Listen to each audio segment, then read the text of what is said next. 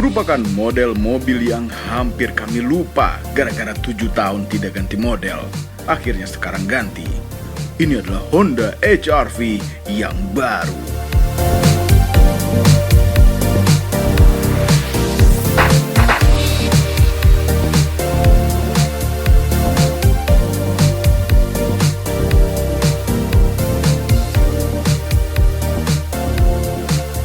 Halo YouTube, selamat datang di channel Motomobi. HR-V atau HRV bukan hanya sekedar nama, tapi adalah singkatan dari High Rider Revolutionary Vehicle. Revolutioner. HR-V itu setiap generasi itu harus revolutioner. Sejak kapan? Sejak generasi pertamanya. Sedikit sejarah mengenai Honda HR-V. Generasi pertama dikenalkan di dunia itu pada tahun 1998. Tersedia untuk 3 pintu dan 5 pintu, bermesinkan 1600 cc dengan tenaga 103 horsepower dan torsi maksimal 138 Nm. Ada juga yang VTEC dengan tenaga 123 horsepower dan torsi maksimal 142 Nm. Tapi yang VTEC hanya untuk yang versi 4-wheel drive. Luar biasa ada 4-wheel drive-nya, tapi ini 4-wheel drive yang agak banci. Ada yang 5 speed manual dan ada juga yang CVT. Honda menargetkan mobil ini untuk anak muda, maka bentuknya sangat berbeda dengan yang pada umumnya mobil tahun 90-an, anti-mainstream. Ini bentuknya seperti peluru dari samping, tapi mengotak, revolusioner. Ya memang generasi pertama sempat masuk Indonesia namun tidak melalui APM, melalui importir umum. Dulu itu banyak yang suka dan banyak juga yang enggak. Jadi model bentuknya itu tidak untuk dicintai semua orang memang, tapi sangat dicintai untuk sebagian orang. Dan menurut kami, personally, bagus. Kami suka HR-V Grand One. Tapi waktu itu kenapa kami tidak beli? Karena agak terlalu nyeleneh. Gak suka dong berarti. Tapi gak apa-apa. Karena sekarang model yang lucu-lucu seperti itu menjadi dicari orang. Apa kabar bekasnya sekarang? HR-V Gen 1 itu sempat terkenal gara-gara Raffi Ahmad pada masanya, pada awal keluarnya. Kedua itu gara-gara Gofar Hilman. Untuk sekarang nyari HR-V Gen 1 itu lumayan agak sulit ya, karena pertama mobilnya udah tua, kedua dulu mungkin spare partnya belum sebanyak sekarang. Tapi kalau misalkan dicari pelan-pelan, sabar, mungkin dapat aja kok yang bagus HR-V Gen 1 itu. Range harga HR-V Gen 1 itu kisaran dari 90 juta yang pajaknya mati banget lama, atau mobilnya nggak hidup sama sekali, sampai harganya sekitar 200 jutaan yang kondisinya super istimewa, yaitu low KM, full original. Harganya tergantung kondisi sih, kalau mobil-mobil yang udah rare dan penghobi seperti itu. Gitu. Kemudian tahun 2002 mendapatkan facelift yang akhirnya mengakhiri produksinya di tahun 2006. Kami pikir tadinya Honda HR-V sudah mati dikubur, namun ternyata terlahir lagi tahun 2013, Honda HR-V generasi kedua. Akhir 2013 mulai dijual di Jepang, yang kemudian dijual di Indonesia awal tahun 2015. Bukan hanya dijual di Indonesia, tapi juga ada yang diproduksi di Indonesia. Apabila Anda subscriber lama, kemungkinan besar Anda pernah nonton review kami yang dulu tentang HR-V generasi kedua ini. Videonya tidak panjang. Jadi saat itu Motomobi susah mendapatkan mobil review sehingga kami kontak ke showroom untuk bilang mau test drive di rumah, bisa nggak? Oke, ternyata datang salesnya ke rumah dan kami test drive sambil kami shoot video. Yang kami shoot video bilangnya untuk keperluan istri, biar istri juga bisa ngelihat mobilnya karena dia nggak sempat lihat langsung. Nah, kami syutingnya pagi, kami ngedit sendiri pakai iPad kalau nggak salah waktu itu dan tayang sorenya. Luar biasa, ternyata banyak yang nonton. Wah, senang sekali. Tapi ada beberapa yang berkesan tentang mobil HR-V generasi kedua saat itu. Yang pertama adalah kesan lambatnya, itu adalah 1500 cc CVT, ternyata pelan sekali mobilnya. Dan kami suka keluasan legroom belakangnya. Apa kabar bekasnya sekarang? Mobil itu sangat amat laku ya, banyak banget di jalanan. Untuk range harganya itu start dari 175 juta sekarang sampai masih 300 jutaan tipe tertingginya Prestige yang 1800. Beberapa hal yang perlu diperhatikan dari HR-V second adalah bunyi dashboardnya rattling, interiornya rattling, panoramiknya kadang-kadang juga rattling, kayak gitu tuh kayak ganggu. Itu mudah-mudahan di HRV terbaru sudah nggak ada sama sekali. Udah gitu yang perlu diperhatikan lagi di sektor kaki, rack steer, ya shock breaker segala macam itu emang kelemahannya HRV ya. Masih tetap pilihan terbaik untuk mobilisasi di dalam kota karena hemat dan bentuknya juga masih oke lah gitu.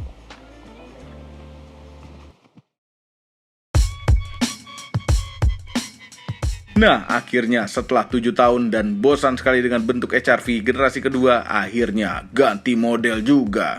Ada dua pilihan mesin di HRV baru. Mesin turbo 1500cc yang menghasilkan tenaga 177 horsepower dan torsi maksimal 240 Nm. Sangat tidak memalukan angka-angka itu. Bahkan harusnya bisa membuat mobil lain menjadi malu karena turbo. Kami suka turbo. Menyalurkan tenaganya ke roda depan melalui gearbox CVT. Sebenarnya ini luar biasa karena ini adalah mesin yang sama yang dipakai Civic Turbo, CR-V Turbo. Tapi itu adalah yang tipe RS, yang termahal, yang harganya 500 juta lebih. Yang kami tes ini adalah... ini adalah yang NA, bukan yang turbo. Mesin yang sama yang ditemukan di Honda City Hatchback. 1500cc DOHC menghasilkan tenaga 121 PS dan torsi 145 Nm yang menyalurkan tenaganya melalui gearbox CVT ke roda depan. Ini di City Hatchback sih sebenarnya nggak pelan-pelan amat. Kebantu sama DOHC-nya. Mesinnya agak tinggi posisinya. Intake-nya di sini. Ya, jadi banjir kira-kira segini lah, bisa masuk lah. Ya, ini adalah yang tipe SE. SE dan ke bawah mesinnya sama, pakai yang ini.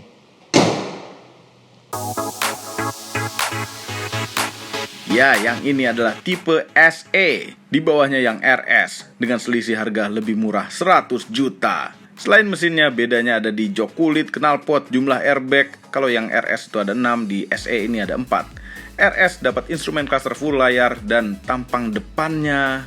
Ya, ini kami suka moncongnya, bahkan kami lebih suka moncongnya ini dibanding dengan yang RS. Grillnya itu garis-garis simple, sewarna dengan body. Jadi minimalis gitu. Dan dari minimalis itu ditemukan kemodernan jadinya. Lampunya semuanya full LED dan lampu sennya itu bisa model berlari-lari. Kemudian di bawah ada fog lamp juga, fog lampnya LED. Depannya ini oke. Siluetnya kalau dari samping beda dengan pendahulunya. Ini kap mesinnya tinggi dan panjang, jendelanya lebih kecil. Mobil ini panjangnya 4.330 mm dan wheelbase-nya 2.610 mm. Wheelbase-nya persis sama dengan generasi sebelumnya. Ini jarang terjadi. Biasanya semakin kesini mobil semakin besar. Nah, HRV ini tetap sama, konsisten. Ini dapat velg 18 inch sama dengan yang di RS dengan ban 225, tebal 50. Ya itu nggak terlalu penting, yang penting ngelihat mobil ini dari jauh tuh pas, enak, tingginya tuh berasa SUV-nya walaupun ini hanya sekedar crossover biasa. Kalau yang di bawahnya SE dapat velg 17 inch. 17 tuh gede juga by the way. Ini baru ada di HRV generasi kedua, tapi terlanjutkan ke generasi ketiga. Model handle pintu belakangnya itu menyatu dengan frame sehingga berkamuflase. Terlihat mobil ini hanya 2 pintu karena nggak ada bukaannya. Dulu di review kami melakukan ini. Sekarang lakukan lagi apa nggak? Udah kami keluarin reelsnya tuh gituan.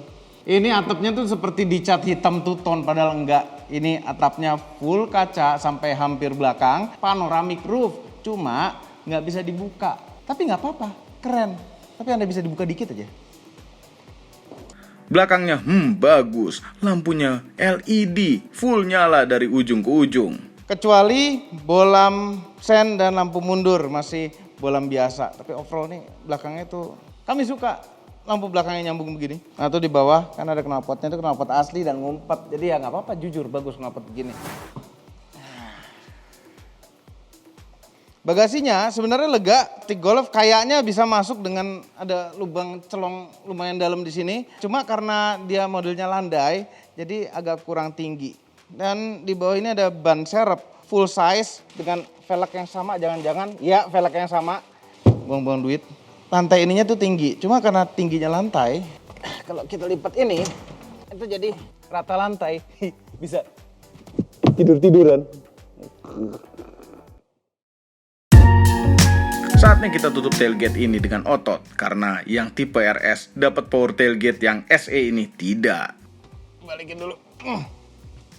Nah, jok HRV ini kami suka sekali karena kita punya beberapa cara pilihan duduk. Mau duduk biasa atau bisa juga lesehan. Kita coba lesehan. Nah, tuh, lesehan gini. Kita bisa ngobrol sambil lesehan gini. Mungkin suasananya tuh akan berbeda ya, seperti kita makan di restoran yang lesehan ataupun yang tidak lesehan. Nah, biasanya yang lesehan itu nelen itu agak susah masuk ke perut makanannya karena yang buncit-buncit seperti ini kelipet. Jangan duduk lesehan ya, itu cuma ngetes aja. Intinya bawa barang yang bentuknya aneh dengan HRV atau Honda lain yang joknya bisa dilipat seperti ini, enak. Nah, ini yang kami suka di HRV dari dulu sampai sekarang. Ini dengkul dengan jok depan, posisi nyetir kami, tinggi kami adalah 174. Itu lega sekali, kaki juga masih bisa lurus, hampir lurus gini selonjor masuk ke bawah jok depan. Kalau misalnya kepalanya dibelakangin, pengen nyender, itu ketemu juga nih kepala sama ini. Heran, mentok lagi kepalanya. Tadi udah seneng duduk belakangnya, nah masih pakai mentok sih. Ini kena loh, duduknya tuh harus agak selonjor gini dikit. Ya udahlah. Armrest, ada armrest yang ngampleh jatuh ke bawah di pintu, bisa mengistirahatkan tangan juga, nggak ada kereknya. Ya enggak lah ya, masa ada. Ada kantong-kantong di belakang jok, ada ventilasi AC belakang yang bisa dibuka tutup, ada tempat naruh-naruh di bawah sini dan ada 2 buah colokan USB biasa. Nah, ini panoramic roofnya terbelah 2 ya, walaupun kacanya di atas jadi 1, tapi ini ada targanya terbelah 2, ada lampunya yang nyala. Ini keren kayak Audi. Ya, begitu keren dibilang kayak mobil lain. Ini panas, pasti panas. Karena yang di depan tuh bisa ditutup begini. Ini agak transparan tapi lumayan meredam panas gitu. Kalau di belakang enggak ada tutup-tutupan begitu, padahal bisa dibikin ya kalau mau sebenarnya. Ya tutupan dari depan ke belakang kayak gitu, cetek gitu ya, enggak, tapi ini enggak dibikin. Yang dibikin adalah seperti ini. Nah, ini nggak bisa dilipat, nggak bisa diapa-apain ya, kaku begini aja bentuknya. Untung ada tempatnya, kemudian taruh bagasi atau taruh rumah kalau misalnya nggak mau pakai. Cuma kami sarankan sebaiknya nggak pernah dicopot, kecuali kalau special occasion, misalnya pas lagi anniversary berdua istri di belakang pakai driver gitu, atas dicopot malam-malam jalan nggak apa-apa deh. Tapi kalau ini nggak. FR Ride. Gini, ini kan macam bukaan. Oh gini ya, bener. Wah cepet kok, gampang. Asal nemu ini di mana sih, cepet tuh. Dah ketutup gini aja terus. Nih nggak usah aneh-aneh pakai dibuka terus. Panas. Oh ya belakang plastik keras, door panelnya, tapi ada lapisan kulit di sini dan sini. Joknya itu ada kulitnya, ada fabriknya. Kulitnya tak terlalu kulit amat. Ada cup holder juga di pintu sini. Tapi cup yang gede nggak muat di sini. Karena di bawah nggak ada kantong-kantongnya lagi. HRV baru. Ini kita nyalakan dulu. Kuncinya keyless entry. Ini dapat kunci yang kecil begini seperti di City Hatchback juga. Bukan hanya buat buka tutup pintu, tapi tombolnya ada juga yang bisa untuk nyalain mesin dari jauh kalau nyampe. Nah, jadi kita masuk mobil udah dingin, ceritanya begitu. Kecilnya kuncinya enak, ya mudah-mudahan nggak hilang. Pastikan pakai gantungan kunci gitu biar nggak hilang. Dashboardnya, HRV ini kami nggak terlalu suka dashboardnya, bentuknya terlalu kaku. Ya, kalau dulu itu ada revolutioner sedikit di HRV generasi kedua tuh, sedikit ya, itu adalah lubang AC yang 3 biji di penumpang, ya, bikin penumpang masuk angin gitu. Nah mungkin karena banyak yang masuk angin, dikurangi jumlah lubang AC-nya menjadi begini. Nah tapi mereka juga mencoba revolutioner lagi tentang lubang AC di sisi samping luar. Itu ada, ini kan ada putaran nih. Ini untuk flowing biasa, ke bawah tuh nutup. Nah yang atasnya yang unik, ini melalui lubang ini dia akan menyebar anginnya. Oke, karena banyak orang yang nggak suka AC tuh nyentrong langsung ke muka. Dia pengen menyebar, dia pengen dingin tapi menyebar. Nah ini, namun memang agak sedikit terhambat. Ya kami ngerasain apabila dia pilih ke atas, yang ini jadi agak lebih kencang. Ya, jadi normal-normal aja. Tapi kami suka di atas sini, bagus-bagus aja. Ya, ini ada kulit juga, di permukaan keras kulitnya. Ini kalau zaman dulu tuh udah dikasih stitching nih pasti. Kenapa nggak dikasih stitching sekarang ya? Ya di pintu juga ada gitu, tapi masih plastik keras semuanya. Heran. Head unit. Nah ini juga kami nggak suka. Ini tuh kayak TV tabung tenggelam di dalam dashboard mobil gitu loh. Kami nggak suka ini bentuk ininya. Terlalu kaku. Nah ini head unitnya sama seperti yang ada di HR-V yang RS. Dia bisa Apple CarPlay tapi masih wired, harus pakai kabel. Yang wireless hanya Bluetooth audionya saja. Sekarang sudah zamannya Apple CarPlay yang wireless, kenapa nggak ada begitu ya? Heran. Nyetel lagu melalui Bluetooth.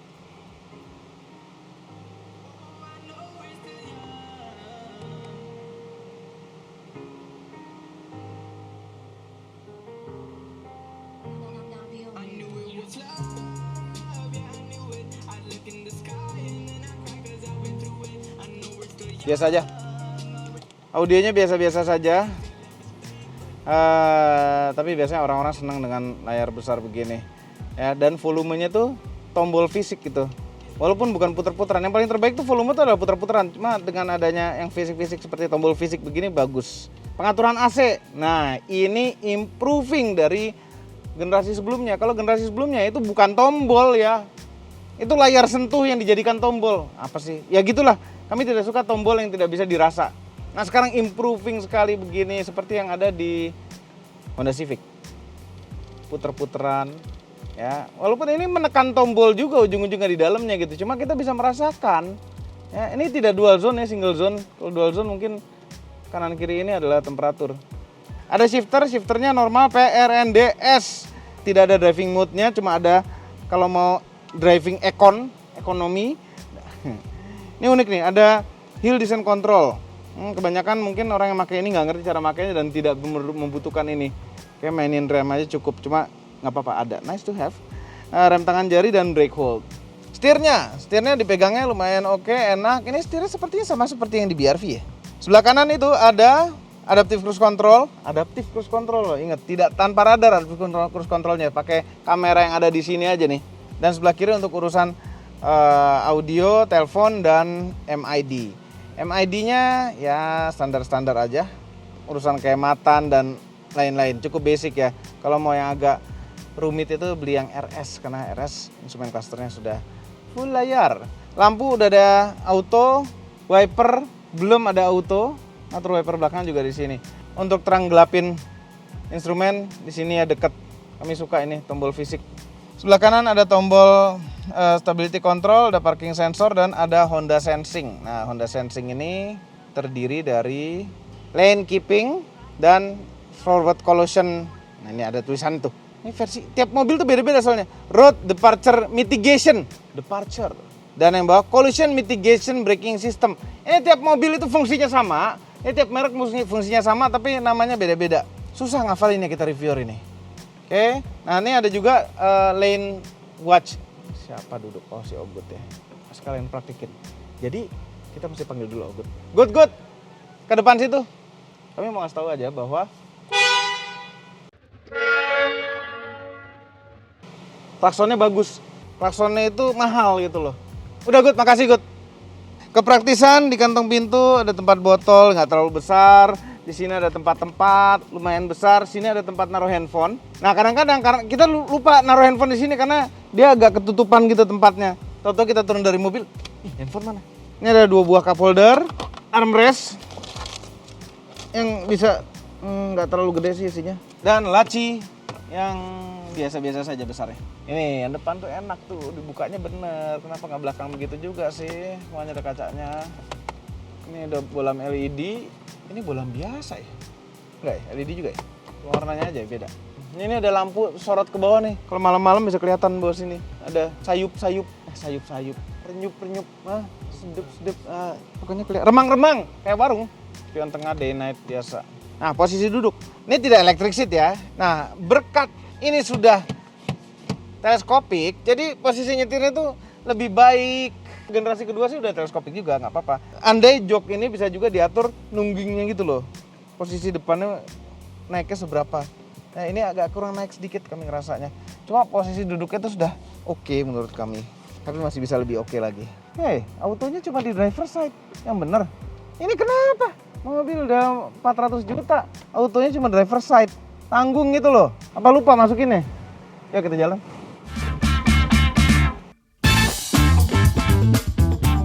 Wah, HRV baru. Karena masih baru, masih agak lumayan diliatin orang. Langsung jalan sempit. Ini mobil ukuran pas. Lebarnya pas. Di dalamnya itu masih lega, tapi di luarnya itu nggak terlalu lebar. Sehingga masuk jalan-jalan sempit masih enak. Wheelbase panjangnya juga masih oke. Secara visibility, ini mobil kan jendelanya mengecil. Ya, ada terasa gelap gitu di dalam. Cuma untung terbantu banyak sama panoramic roof ini. Makanya ada panoramic roof. Karena jendela kanan kirinya mengecil. Nah ini kita nyetir itu kap mesinnya kelihatan, kanan kiri itu ada lekuk-lekukannya kelihatan, panjangnya gini kelihatan, terasa bahwa kap mesinnya tinggi, membuat jadi ada sedikit rasa pede gitu nyetirnya karena rasa tinggi. Kekedapannya oke. Mobil ini cukup kedap untuk harga segini, oke kekedapannya, membuat nyetir di Jakarta itu jadi tidak terlalu stres dengan terganggu. Suara-suara motor itu kan stres ya, ini enggak, jadi nggak terlalu stres. Suara-suara dari luar itu minim, walaupun ada panoramic roof besar. Ini yang bicara panoramic roof itu kalau ditutup itu masih, cahaya tuh masih masuk, ya, jadi tipis ini, tetap bisa bernafas gitu sepertinya. Mungkin kedap karena memang ini panoramic roof tidak bisa dibuka. Andai bisa dibuka, bisa cocok untuk kampanye. Bagaimana dengan suspensinya? Dan suspensinya surprisingly enak, bukan empuk ya, tapi enak, nyaman. Nyaman itu bukan berarti empuk. Ini mirip karakternya seperti di City Hatchback, mirip seperti di BRV juga ada mirip-miripnya dikit, tapi karena goncangan yang besar itu teredam dengan baik, goncangan kecilnya masih oke, nggak terlalu kaku, cuma nggak bisa dibilang empuk. Iya, ada arah kekerasnya, cuma enak, gitulah. Padahal mobil ini suspensi belakangnya masih belum independen. Tapi kenapa bisa enak? Heran, kenapa pula Honda tidak pakai independen sekalian? Pasti jadi semakin enak. Bahkan buat belok juga terasa stabil. Tapi apakah stabil? Kita tes. Stabil loh. Stabil dan rasa setirnya tuh enak. Directness-nya tuh enak. Oke sekali. Kestabilannya enak. Suspensinya enak. Ada body roll-nya, cuma dia diem. Tuh. Dia diem. Enak. Oke. Suspensi bagus. Kami suka.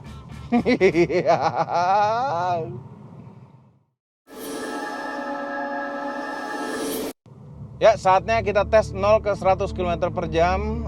Kondisi AC nyala, ada beban di belakang Rian. Dari D normal, oh ini setidaknya kita S-kan lah ininya, transmisinya. Ya, AC nyala, traction control, stability control nyala. Seperti apa? Seberapa kencang?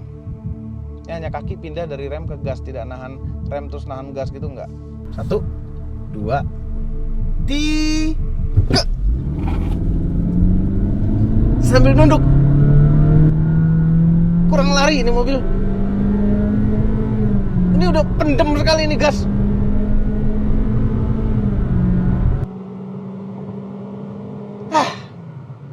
Dan hasilnya 13,6 detik.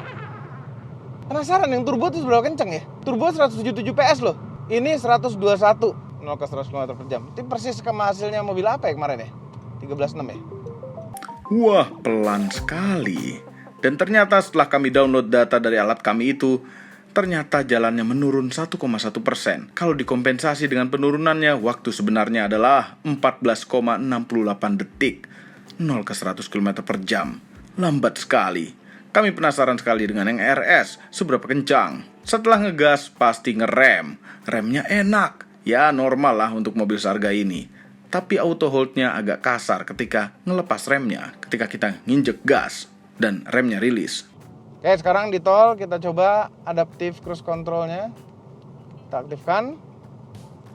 Kita menjaga dengan mobil depan, kecepatannya di 80, jarak dengan mobil depan di paling dekat. Ya, ini. Dia ada lane keeping, lane centering, whatever namanya. Tapi ini nyetir sendiri. Berapa lama ya dia minta pegang? Ini nggak pakai radar loh, cuma pakai kamera ini loh. Nah, steering required. Merah sekarang, tadinya kuning. Trans Jawa ke Surabaya. Begini. Oke lah. Adaptive Cruise Controlnya memang masih belum secanggih yang ada di Toyota yang mahal, yang sudah pakai radar. Pada Honda ini masih mengandalkan kamera, terpakai tapi masih agak kasar, dari ngerem hingga ngegas. Dan kalau dipakai untuk non-tol, dengan diset jarak terendah antara mobil depan, tetap rasanya kejauhan sekali, bikin kita emosi, dan kendaraan belakang kita juga emosi. Bisa terjadi road rage. Suspensi enak, ini jalan beton, nyaman, road noise-nya bagus. Ini Honda bikin mobil sekarang udah mulai serius ya. Ya, ini mobil cocok untuk Anda yang nyari crossover yang irit. Karena ini konsumsinya adalah, kalau di luar kota itu bisa di atas 20 km per liter. Sama seperti City Hatchback. Kalau di dalam kota sama seperti City Hatchback juga, tergantung kaki. Tergantung seberapa macet. Nonton video review City Hatchback kami. Itu jelas di sana. Saya mata apa? Oke, sekarang harganya. Dari yang termurah, tipe S, 358.900.000. Tapi dari tipe yang termurah, sudah dapat Honda Sensing, itu yang untuk tolak bala. Kemudian tipe di atasnya adalah tipe E, dengan harga 382.900.000. Dengan perbedaan option-option ini. Kemudian tipe SE yang ini, harganya 403.100.000. Dengan option-option ini, yang paling terlihat adalah panoramic roof yang tidak bisa dibuka itu. Dan yang paling mahal di harga 503.900.000 dengan turbo, karena kami suka turbo. Penasaran sekali, kami ingin coba. Pilihan warnanya ada beberapa warna netral. Untuk warna merah hanya tersedia untuk yang RS saja. Overall, mengenai Honda HR-V tipe SE, merupakan pilihan HR-V yang harganya paling masuk akal. Walaupun pelan, merupakan mobil yang cocok untuk Anda yang ingin meremajakan HR-V lama Anda. Fanatik Honda pasti suka sekali dengan HR-V baru ini. Kalau kami, mungkin cocok untuk mobil pertama anak perempuan Anda. Semua ini adalah opini pribadi saya, kami tim Motomobi tidak dibayar oleh siapapun dan apapun yang terlihat pada video ini. Jangan lupa tekan tombol jempol ke atas dan subscribe channel Motomobi, Omobi, dan Mesmobi apabila belum berikut dengan tombol loncengnya. Share video ini ke seluruh dunia melalui sosial media Anda dan jangan lupa follow sosial media kami yaitu Instagram. Terima kasih telah menonton. Revolutionary berarti sangat revolutionary berarti revolutionary berarti HR-V itu harus revolutionary.